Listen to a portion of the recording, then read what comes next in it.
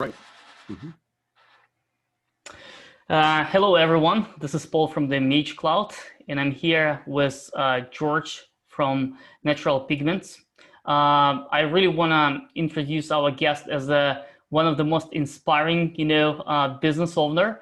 He's really passionate about, the business he's running. It's just like, from what I understand, it's started as a small one and then grow up into international. So, George, if you don't mind, like a very brief introduction, how this all started, etc., etc.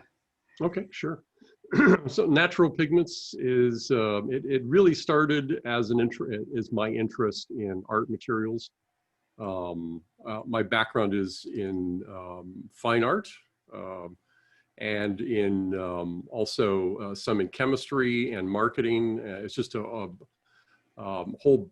I worked in several different careers in my past, and so it kind of just came together about roughly 17 years ago, and in interest in providing artist materials that are very unusual. They're not the type of materials that you'll find in typically art store, because we actually try to recreate painting materials that were used in prior centuries. And we do a lot of work with museums, conservation scientists, in trying to understand what artists used in the past, and we've recreated a lot of that. So, and because of the internet, which really made this kind of niche business very possible,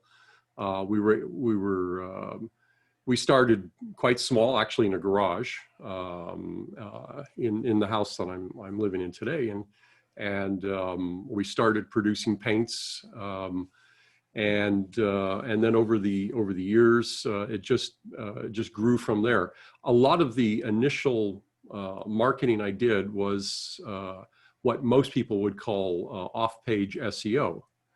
What I would do is I would, in a way, troll these forums and other websites where artists were gathering to talk about different things, and I would then make comments about their discussion. And since I was bringing more of a science background to art materials, they became a lot of artists were interested in that, because they're not taught about. You go to art school and no one teaches you about paint itself. They put a brush in your hand and they say, go and create something.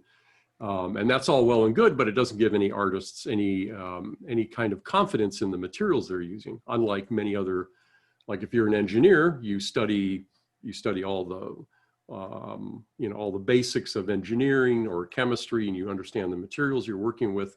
But artists don't, and they're very much handicapped as a result of that. And so we've changed that considerably in actually the past 10 years. And so that's where it got started, and through just the use of the internet, and we were doing e-commerce as well as manufacturing at the same time. So that's actually how we launched without going into. We didn't have retail stores initially, but now of course we do.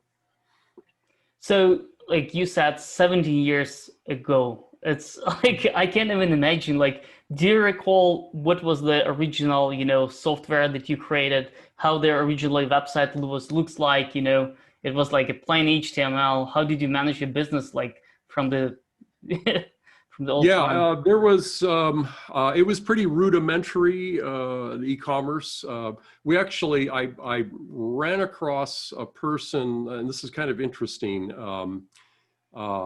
He basically put together an entire e-commerce platform using just simply ASP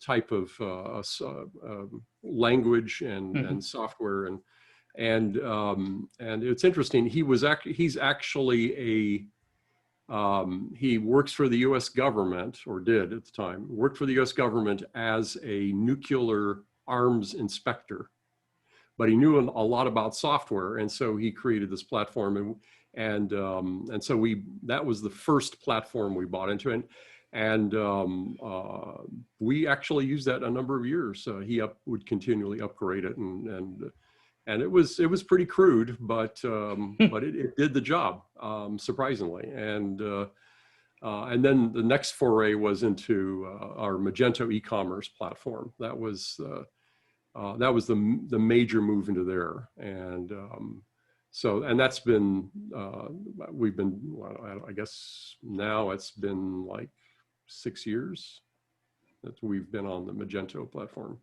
Yeah, pretty now we're stable. ready to move again, so I guess. So the question here is, like, most of the businesses, they started with the eBay and Amazon as the eBay store originally, because eBay had the decent amount of the traffic. You know, in your case, it's a niche business. So did you even start just with your own store as standalone, or you also utilize like other channels or marketplaces? That was only channel we did, and that was an interesting decision. No, we didn't want to go into retail. We wanted to just be in a standalone store, because one of the things that we wanted to do is organize it in a very different way. And the organization was according to most.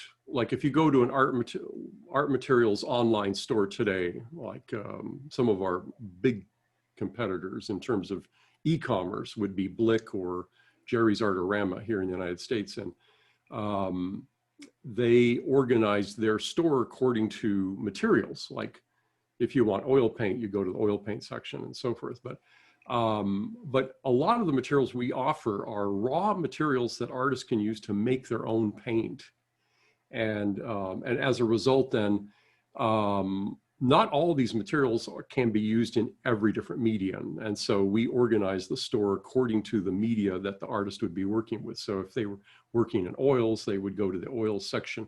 There they would find everything for either making oil paint or amending oil paint or whatever. And then we have watercolors, and we have all these different mediums, and we organize the store very differently as a result of that. And also the brand image was very, very important. So we wanted a very high-end brand image. And so we didn't want to enter the foray of, you know, discounts and price competition and all of that goes on in the internet, which we see as degrading, when you're competing on price points and things like that, then you degrade your overall brand. And so we made the decision early on. We didn't want to do that. We wanted to have this brand where there's going to be no discounting. If we do have retailers, which we did later get into retail marketing, brick and mortar retail marketing, then we didn't want them to be price gouging, and we wanted everybody to basically be offering products at the same level in their own stores. And so, and we've done that. And in fact, we don't take on any retailers that are discounting. We tell them, of course, skirting around all of the antitrust laws, but we give them, manufacturers' retail suggested pricing, and they need to keep to that. So, so that's how we thought of very differently entering into this market. So a lot of people might go into Amazon or eBay and things like that, but I feel we had to, we do a lot more educational work. So it requires a lot more hand-holding, so to speak, for each of the customers. They need to understand more. And in fact, as a result, in 2013, we established a workshop, 3-day workshop, where we teach artists about their materials.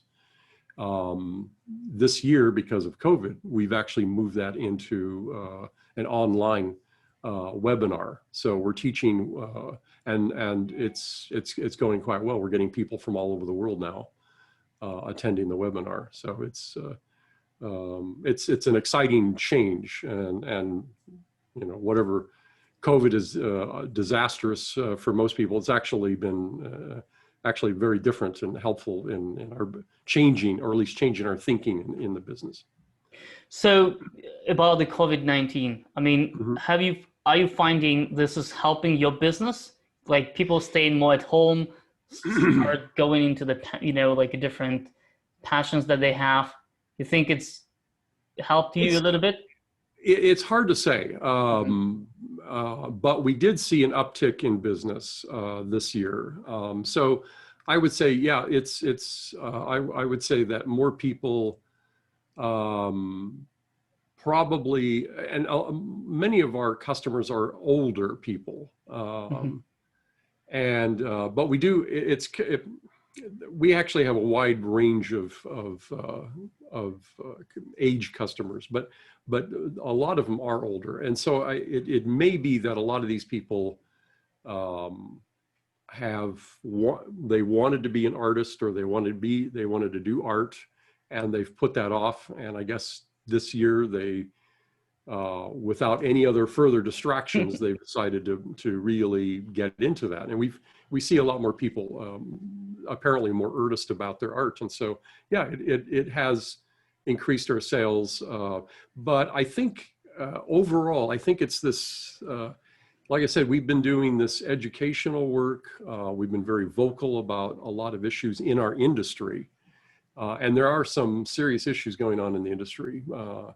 That we're addressing, and we're actually a small company. We've got about 10 employees, and so it's but yeah, we've seen some improvement in business overall. So You just mentioned that you are taking a lot of customers from the, for the webinars that's around the globe, right? And I know right now you guys, you already established in European Union into going into the Canada. mhm, So mhm. you as a business right now is a multi country already. Mhm. Could you a little bit provide information in terms of how do you manage all of that? What's the online channels that you're using right now, like those days, to broadcast about your business? I don't know, any marketing channels and stuff like that. So maybe you Sure. can, yeah, highlight a little bit. So we've last year we launched a store it's actually a distribution partnership with a company in Germany that we distribute their products here in the United States, and it's a brush company, and so they're distributing our products there, and so now we have separate inventory locations. We're going to be having one in Canada by the end of this year, and next year we're looking at Australia. So it's it's the technology and the environment actually makes it very possible for a small company to do this, and it's the ability to be able to actually manage inventories in different separate locations through through the e-commerce platform that we're using in conjunction with our own production software is a unique capability. I don't think this would have been possible even 5 years ago. But now it's very, very possible, and the logistics of it are pretty amazing. And I think it will improve. Obviously, with COVID has changed a number of things in the retail market. It's of course it's pointed out some pretty big weaknesses, especially with the courier companies. It was I don't know if other e-commerce businesses had some issues, but we had a lot of issues in the early stages of this COVID because these courier companies, I guess, were just simply overwhelmed. And the U.S. Postal Service was completely overwhelmed. Or at least it appears to us. And so, but it seems like things are getting a little bit back to normalcy at this point. But yeah, it's that coupled with as terms of online, what the channels we've used, we were using more. I mean, we've used a lot of like I said, I did a lot of initial off-page SEO just by going to these websites and planting a lot of different information. That changed over a period of time, and so we've used some advertising. most of it has actually been fairly classic. It's we attend trade shows where we meet artists. But again, this year that's switching, and we used to go to, you know, maybe 4 trade shows a year, and this year we didn't do any. Mhm. And we, a couple of years ago, we started doing more things in social media, but we found that is also quite limited, and it's good for brand awareness, and some of the platforms are very different. Instagram seems to be a good platform for posting. Facebook, not so much. Facebook seems to be stronger in its advertising, and I guess they've built it that way, rather than, you know, like in Instagram where you can post things and you get more following and more likes and things of this nature. But so we've used the social media, but now we're actually we're going back to, again, the SEO roots, because we understand that this is one of the most powerful tools. And of course, the most powerful tool we've used to date has been our e-newsletters.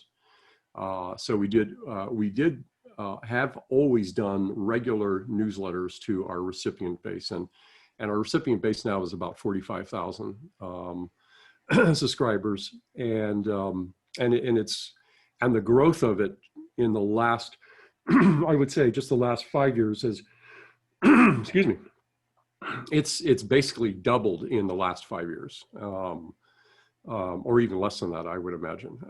So it's been the best tool. In terms of from my perspective, in terms for other e-commerce marketeers, would be their newsletter and their subscriber base is the thing that they really need to focus on. Of course, there's other tools, shopping cart abandonments, and those are very important points. And we started working on that issue quite a bit, in much more earnest in the last 2 years. So we've done a lot more in that area. That seems to, that's worked quite well also. If you look back, like for, I don't know, for the 17 years back, right?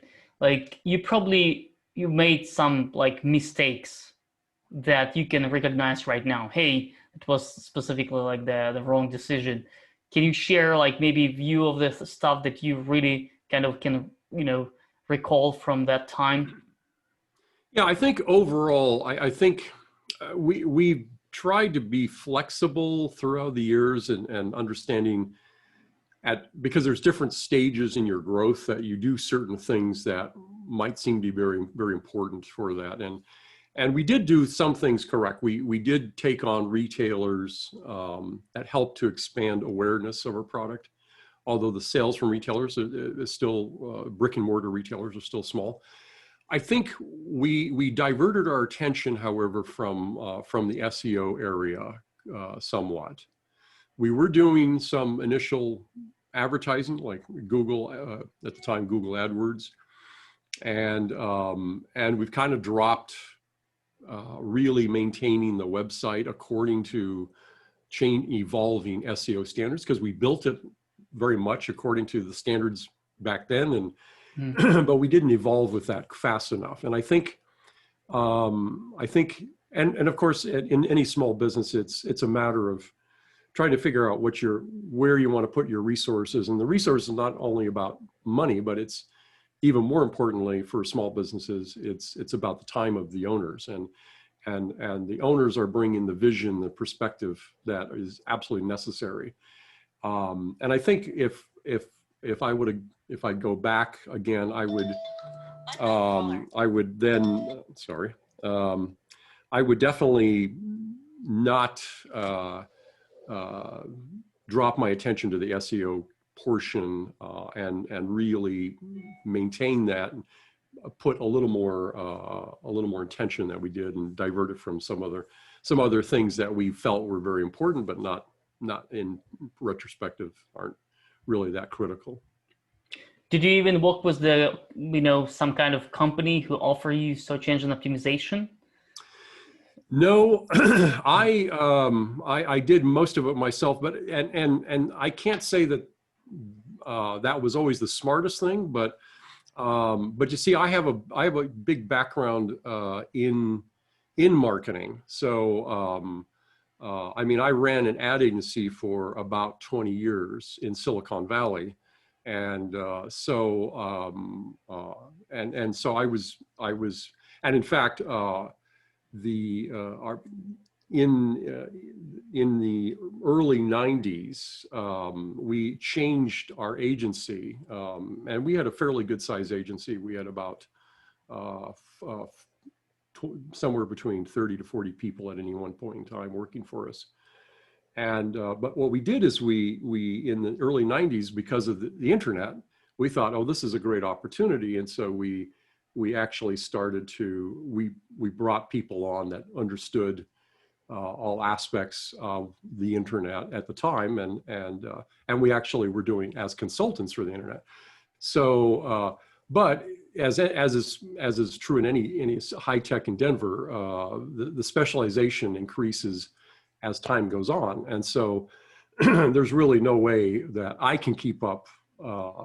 I count myself fairly knowledgeable in this area, but I can't even keep up with this, and so yeah, we definitely started hiring more, more consultants and more specialists in this area, because it's just, it's absolutely necessary. And so we've, hired your company to help us out in some key areas, and it's worked quite well. So we're very, very happy with that.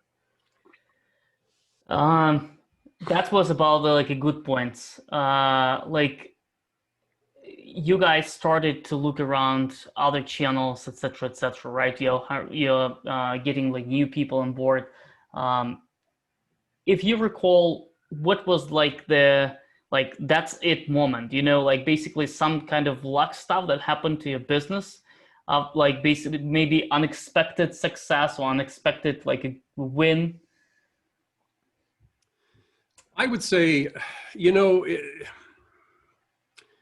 I can't say that there's any one particular point in time in all of this, but I would say that it was more of our philosophy, so our attitude towards the marketplace, and the key difference is, if we look at our most of the companies out there that are making artist paints and materials, they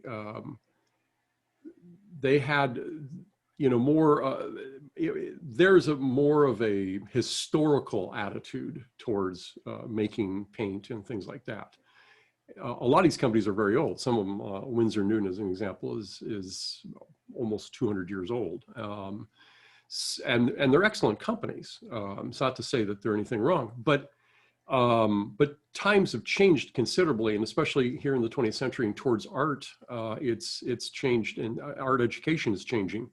And I think it's understanding this change, and somehow we understood the change, and it was primarily myself and my wife, who's Russian, and we came together and we understood that there was a difference changing, but it's not something like, oh yeah, we know what this is. You don't. It's a feeling, and then it evolves, and you continue to make decisions along that same vision, and I think that's so important for.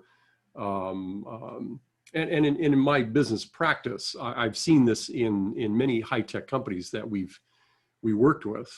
It's over the years, they develop a vision about, maybe it's a product, but it's not just a product. It's more about how consumers are dealing with things. Maybe it's something that they need, or it's something that's changing in the marketplace. And one of the biggest things is, in our marketplace, was the fact that all of the schools that teach art today don't teach how to draw or how to paint, really. It sounds incredible, but you can, if you were going, and I went to art school in the 70s, and they really didn't teach you how to draw. If you wanted to learn how to draw, you had to become an illustrator, which was viewed as kind of a second tier group of artists because they're commercial artists. They're not fine artists. And that kind of distinction was kind of interesting. But you didn't learn how to draw. You can go to an art teacher today. They don't know how to draw. They can't draw a face or a recognizable thing.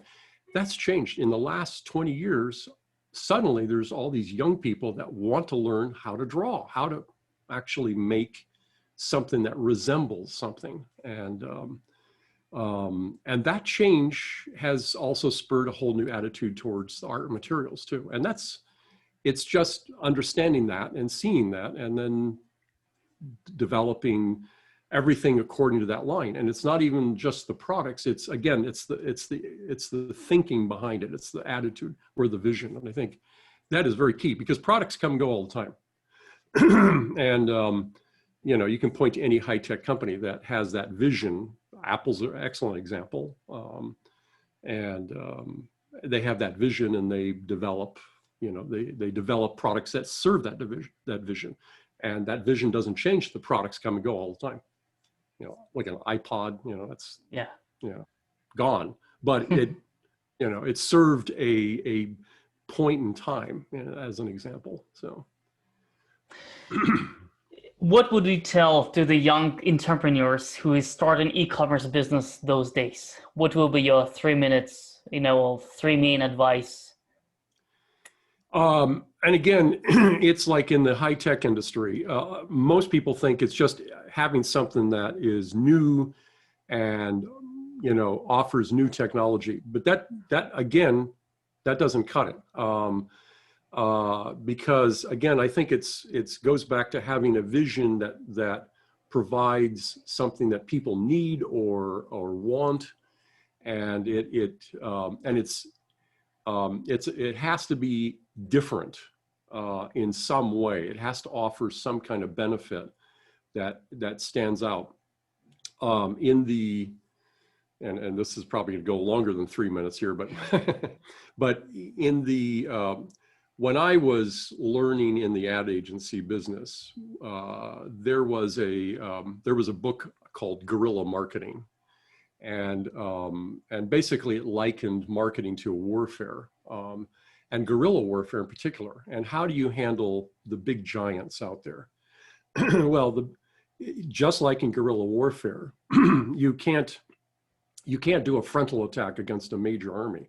So you go in and you start, you know, you start sniping and nipping at all their weak areas. And eventually the whole thing comes to a head where they begin to crumble. They can't, you know, plug up all these different areas. And so that's what you do is you find the weakness, you find the weak link in their in their mail coat, their fortress, and you find that, and it's an area that they can't do anything about. They can't change. We did that in terms of Artist Paint. We found a niche, and no one can actually compete with that because that would mean they would have to become something else.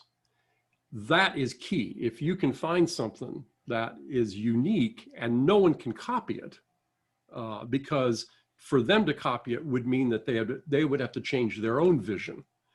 And then, and if it doesn't, you know, it may not be the next big thing out there, but it could be a good, strong niche. And, you know, with the internet, these niches can expand worldwide and can be sustained, which is, again, wasn't possible prior to the internet, actually. Very, very difficult.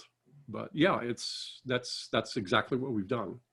And it wasn't like, you know, again, it's rarely where, gee, I'm looking at all the different weaknesses. I mean, I did do an assessment like that because I know how to do things like that, but it's not required. It's an understanding that you come to and you go, aha, this is helpful. This is going to help many, many people. And and you drive to that, and you keep going for that. You don't change that.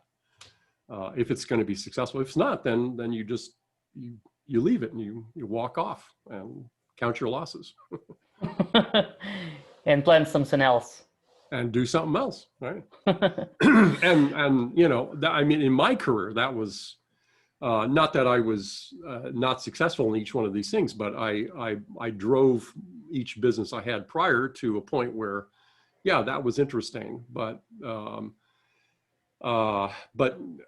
and I've always enjoyed my other businesses, but this is my passion now, and that's, you have to have a passion, otherwise. I mean, there's not enough money that makes this worthwhile. It has to be a passion. You know, it's just, you know, making lots of money doesn't make any, for me, doesn't make any sense. And in fact, making money, anybody can make money. That doesn't take a lot of brains. It does take some intelligence, but that's not the point of this. If you have a passion, then that's really, I think that's actually the most important thing to have. That's a nice things for the end. Yeah. So I'm so glad that you found the time to share your experience with our team, with our readers, and I really wish you a big success in the next year. Hopefully the new market in Australia will launched, and hopefully all the painters in Australia will know your brand as the top in the top. And then I will be welcome you to Ukraine as well. Hope to celebrate that success. Yeah, well, we'd love to go there. So thank you very much for your time. I really appreciate it. Have a wonderful day. Thank you.